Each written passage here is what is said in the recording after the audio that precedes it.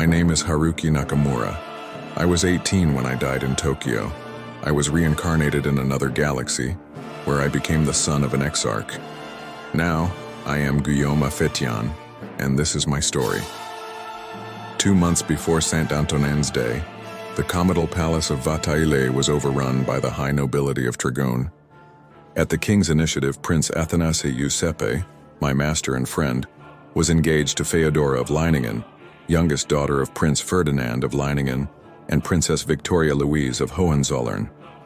They were both 16 and their relationship seemed cordial, studious, almost wise. I couldn't tell if they truly liked each other. But in royalty, that's rarely the first question asked when it comes to marriage.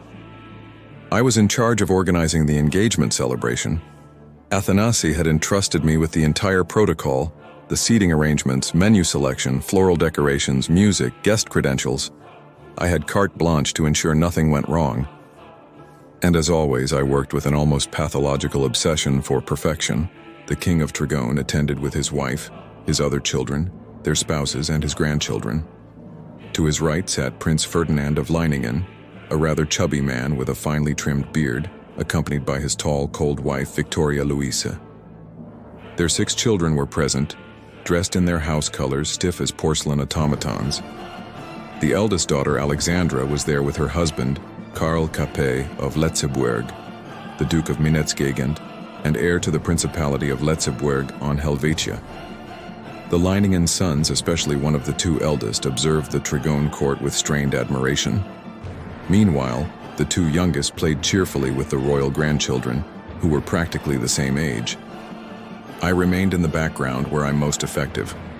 I pretended to chat with the head waiters, smiled at the valets, opened doors at the right moment, while keeping an eye out for any aristocratic smile hiding a barb, any incident that might disrupt the evening.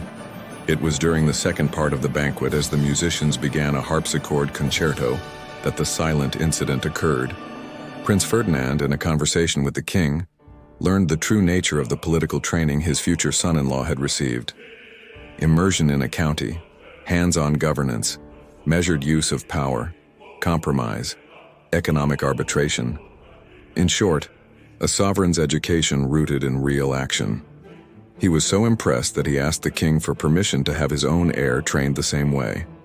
The king, flattered, immediately agreed, while feigning the usual caution. He delegated to Athanase the task of educating young Karl of Leiningen, 13 years old, third-born, and heir to his line.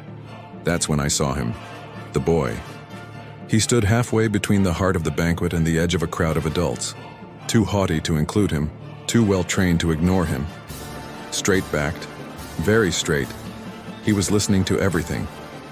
He had that strange calm seen in ambitious adolescents who've never tasted failure. His military uniform, too new, too neatly pressed, looked borrowed, but his eyes were his own. 2 emerald arrows, steady, lucid. He looked at me, and I looked back. He didn't see me as a servant, nor as just an advisor. He saw me as a mechanism, a system to understand, to dismantle. It was barely the length of a breath, a heartbeat of a glance. But in it I saw a future adversary, a rival in the making. Not yet. He was still a child. But the seed was planted. The education he would receive under our watch, the power games he'd be exposed to, the mentors he'd have, and above all, that hunger in his gaze, to understand everything, to know everything, to control everything. He was one of those princes crafted to rule, and I was the shadow that shapes the light. I turned my eyes away and signaled the maitre d' to bring out the dessert, a creation of chestnut honey and rare herbs. Everything had to remain perfect, even the threat. That night, in the corridors of the Vataille Palace, among crystal chandeliers and whispered ambitions, I understood that history is often woven in silence, and if my duty was to preserve order, then even the rise of a future adversary was part of that fragile balance. I wasn't ready to face him, not yet, but I would learn. The Shadow of the Princes, Chronicles of the Red Kings, Tome 1 Power, Loyalty, Legacy. Dive into a world where every decision matters and the future is forged in the shadow of great ambitions. Available now on Amazon and Kindle ebook. Don't forget to subscribe, like, comment, and share.